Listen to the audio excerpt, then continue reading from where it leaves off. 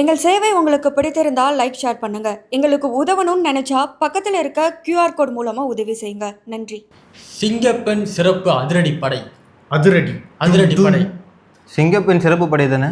சிறப்பு அதிரடிப்படை. சிறப்பு படையில தப்பா முடிஞ்சிச்சு. ஆனா இன்னையிலேருந்து தீவிரமா அவங்க வந்து அந்த செயலில் இறங்கிட்டாங்க. அதுக்கு ஒரு மிகப்பெரிய பாராட்டு கொடுத்துடலாம். களத்துல இறங்கி அது ஒரு பஸ்ஸு அப்படி போனாங்க. செக்கர் மாதிரி கூட்டமா ஏறுறாங்க. அதை விட தாண்டி எதற்காக அவங்களை நியமிச்சாங்களோ அந்த வேலைகளை சிறப்பா பண்ணிட்டு இருக்காங்கன்னு தான் பார்க்க வேண்டியது. ஆளுக்கு 2 ரீல் போடணும். ஆமா, ஆளுக்கு ரீல் போடணும். தப்பு பண்ற ஆண்கள் அப்படியே சட்டையை பிடிச்சி நாங்க ரீல் போடுவோம். இவங்களை பிடிச்சிட்டோம், கூட்டத்துல இறங்கி ரீல் போட்டுட்டு இருக்காங்கயா. அப்ப இது குற்றவாளியை பிடிக்க சொன்னா, ஹாய் காய்ஸ், இவர் குற்றவாளி, இவரை பிடிச்சிட்டோம். அப்படி சிறப்பா அதிரடிப்படையா சிறப்பு அந்த அளவுக்கு போடல. இருந்தாலும் இந்த வீடியோ நீங்க பார்த்துட்டு வந்துருங்க. அந்த அளவுக்கு தான் போயிடாதீங்க தயவு செய்து. நம்மளை சுத்தி இருக்கிற பெண்களுக்கும் நம்மளுக்கும் நம்ம வீட்டு பாதுகாப்புக்காரது. இன்னொன்னு என்ன அப்படின்னாக்கா, தளபதி சொன்ன மாதிரி, நம்ம சிஎம் சொன்ன மாதிரி, இந்தியாவிலே முதல் முறையாக கொண்டு வரப்பட்ட ட்ரோன் மூலமாக பெட்ரோல் இது வரைக்கும் பல வாட்டி நடந்திருக்கு. ஆனா இதான் ஃபர்ஸ்ட் டைம். இல்ல சீரியஸா நம்ம தமிழ்நாடு வந்து மிக ரொம்ப பெருமைப்படணும். ஆமா, 2023லயே அப்படிலாம் இல்லப்பா. நம்மளோட டிஜிபி சைலேந்திர பாபு அவர்கள் முதல்ல கொண்டு வந்திருக்காரு. இத இந்தியாவிலேயே முதல் முறையாக ட்ரோன் வாயிலாக பெட்ரோல் முறை அறிமுகப்படுத்தப்படும். நாட்டிலேயே முதல் முறையாக சென்னை பெருநகர காவல்துறையில் புதிதாக ட்ரோன் காவல் பிரிவு தொடங்கப்பட்டுள்ளது. சென்னை அடையாறில் 3,06,00,000 மதிப்பில் புதிதாக உருவாக்கப்பட்டுள்ள ட்ரோன் காவல் பிரிவை டிஜிபி சைலேந்திரபாபு தொடங்கி வைத்தார்.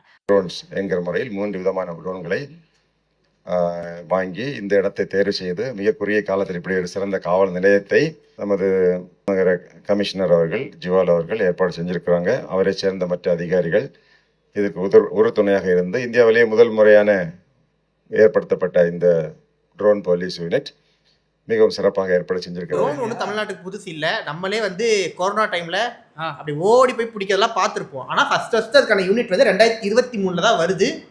ஆமா, 23 கொண்டு வந்தாங்களா? நீங்க மெரினா பக்கம் போயிருந்தீங்கன்னா புதுசா பண்றதுக்கு ஒரு விஷயம் இருக்கு. என்னது? ஸ்டிக்கரு. சிஎம்ஏ ரிசைன் பண்றது. அதுதான் இது வரைக்கும் புதுசா பண்ணல. அது மட்டும் பண்ணா போதும். தேவலாம் பேசக்கூடாது. அதாவது நான் பொறுத்த அளவுக்கு முதல் முறையாக இந்தியாவிலே கொண்டு வரப்பட்டது, இந்தியாவிலே முதல் முறையாக கொண்டு வரப்பட்டது நம்ம தமிழ்நாட்டில் தான். அது இது வரைக்கும் என்னன்னா, கொண்டு வர திட்டங்களையும் பொய்களையும் கீழே இருக்கிற நிர்வாகிகளும் தொண்டர்களும் நம்பிட்டு இருந்தாங்க. அதாவது ரூட் மாஃபியா பண்ற விஷயத்த சிஎம்ஏ நம்பி அது மேடையில் பேசுறதுங்கும் போது ரொம்ப சந்தோஷமா இருக்கு. நல்ல விஷயம். அடுத்து இன்னொரு பக்கம் பார்த்தாக்க அமைச்சர்கள் எல்லாருமே உண்மைகளை பேச ஆரம்பிச்சிட்டாங்க. அப்படி யாரு பேசுதானே? வாயை திறந்தாலே உங்கள உண்மைதான். அவங்க எல்லாம் நீதி நேர்மை சத்தியம் இருக்கக்கூடிய அமைச்சர்கள். நீதி நேர்மை சத்தியம் அப்படியா? ஆமா, மாதிரியே தோக்கடிச்சிட்டீங்களா?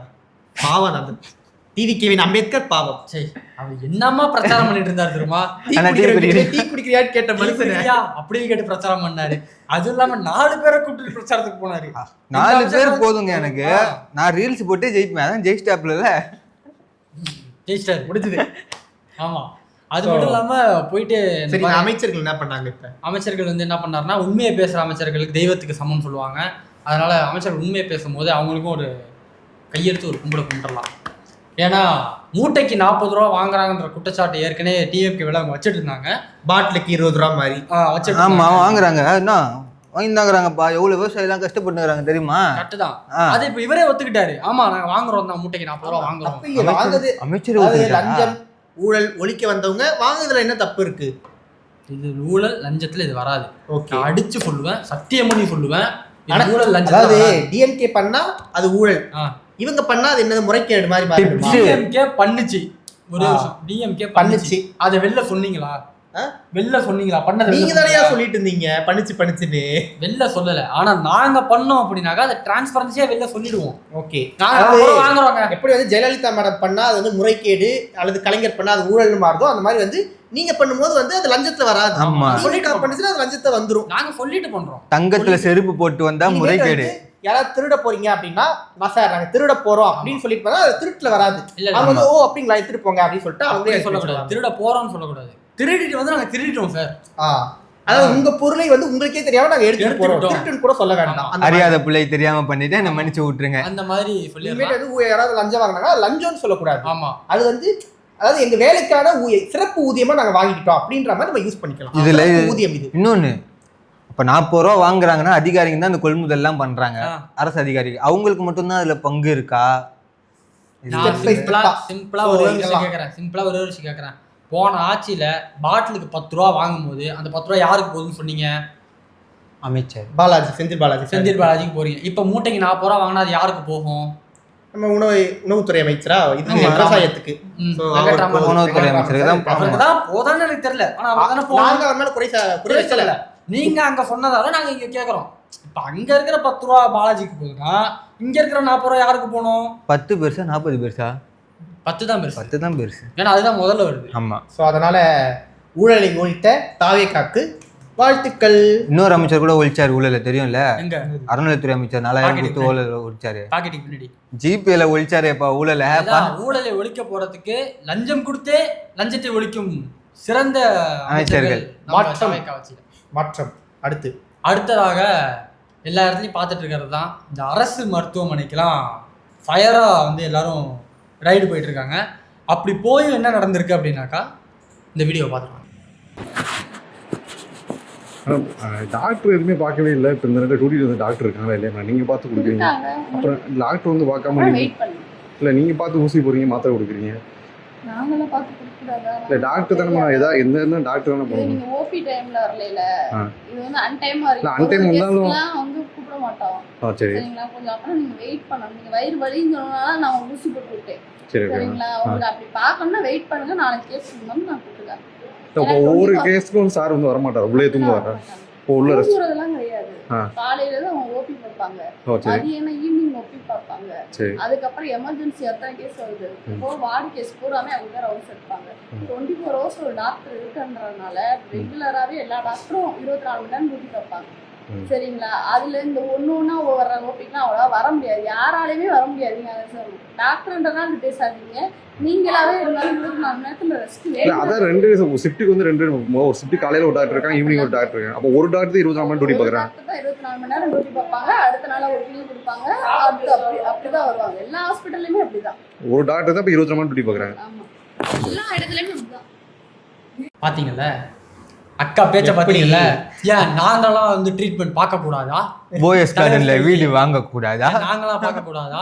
நான் என்ன கேக்குறேன், ஒரு கவர்மெண்ட் ஹாஸ்பிட்டல் அப்படின்னா ஒரு ரொட்டேஷன்ல 2 டாக்டர் இருப்பாங்க தானே?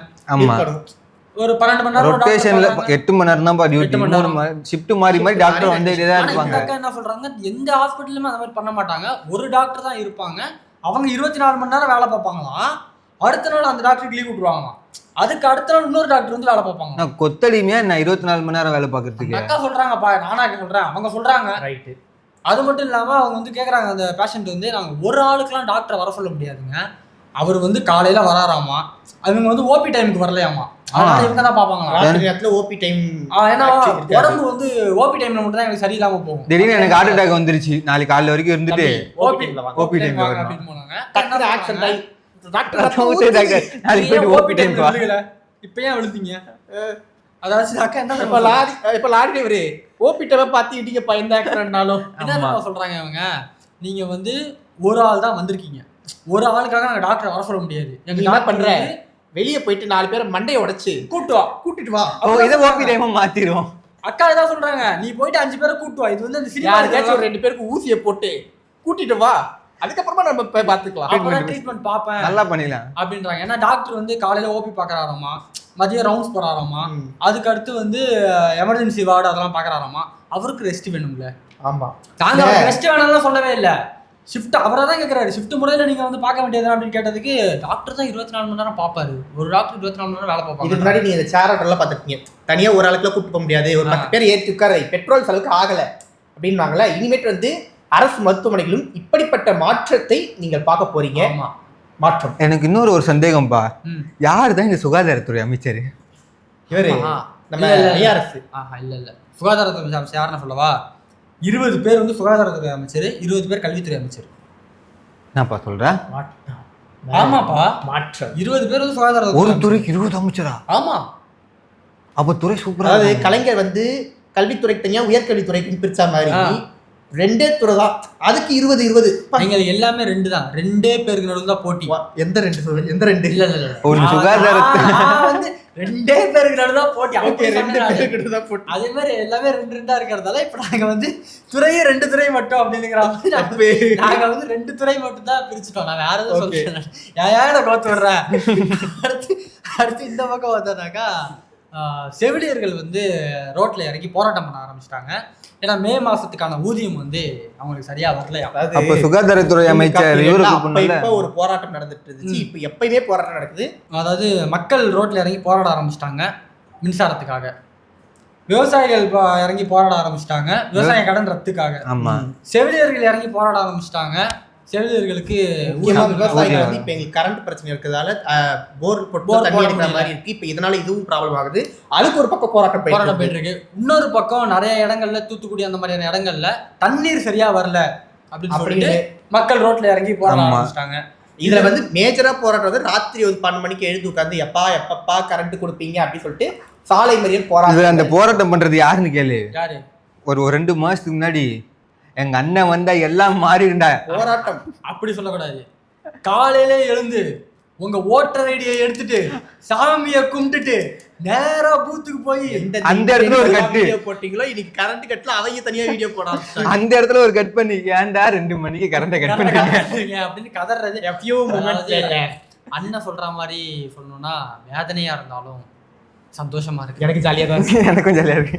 ஆனா இது வந்து மக்கள் வந்து அவதிப்படுறாங்கன்னு போது ஒரு பக்கம் பயங்கர வேதனையா இருக்கு. இது அந்த அரசு வந்து எத்தனை நாளைக்கு நீங்க திமுக அரசு இன்னும் அடுத்து உள்ளாட்சி தேர்தல் வந்து இது காரணம் எல்லாம் மே தான் அப்படின்னு சொல்லிட்டு மறுபடியும் உள்ளாட்சிக்கு தள்ளுவீங்க. ஆமா, மறுபடியும் அடுத்து வந்து நாடாளுமன்ற எலெக்ஷன் வரும். ஒரு 2 வருஷத்துக்கு இதே மாதிரி கரண்ட் கட் பண்ணிட்டு சரி சென்ட்ரல்ல அந்த 40 எம்பிக்கள் இருக்கிறதாலதான் இங்க கரண்ட் வரல, அதனால அந்த 40 எம்பிக்கள் தூக்குன்னா அப்புறமா கரண்ட் வரும்னு சொல்லிட்டு சொல்றீங்க. அதுக்கு அடுத்து மறுபடியும் சட்டம் குறை சொல்லி ஓட்டலாம். குறைய மட்டுமே வச்சு ஒரு ஆட்சியை நடத்திடலாம்னு நினைச்சா அதுதான் தாவேகா மாடல். சிம்பிளா வந்து இப்போ காலைல ஒரு மீம் ஒன்று பார்த்தேன். அதில் என்ன தடவை போட்டிருந்தாங்க, இந்த பக்கம் வந்து ஸ்டாலின் சார் உட்காந்துருக்க மாதிரியும் இந்த பக்கம் விஜய் சார் உட்காந்துருக்க மாதிரியும் போட்டுட்டு விஜய் சார் வந்து நாங்கள் வந்து ஆட்சி அமைச்சிட்டோம், குற்றங்களுக்கெல்லாம் காரணம் நீங்கன்னு ஒத்துக்கிட்டீங்கன்னா நாங்கள் அப்படியே ஆட்சியை நடத்திட்டு போயிடுவோம். அந்த மாதிரி எல்லா பழியும் நீங்க ஏத்துக்கிட்டீங்கன்னா நாங்க ஆட்சியை நடத்தி, நீங்க மட்டும் ஒரு 10 எம்எல்ஏ கொடுத்தீங்கன்னா நாங்க ஆட்சி அமைச்ச போன்றதெல்லாம் போய் இப்ப நீங்க எல்லா பழியும் நீங்களே ஏற்றி, சட்டம் ஒழுங்கு சரியில்லையா நீங்களே பழியை ஏற்றுக்கோங்க, கரண்ட் வரலையா நீங்களே பழியை ஏற்றுக்கோங்க, தண்ணீர் வரலையா நீங்களே பழியை.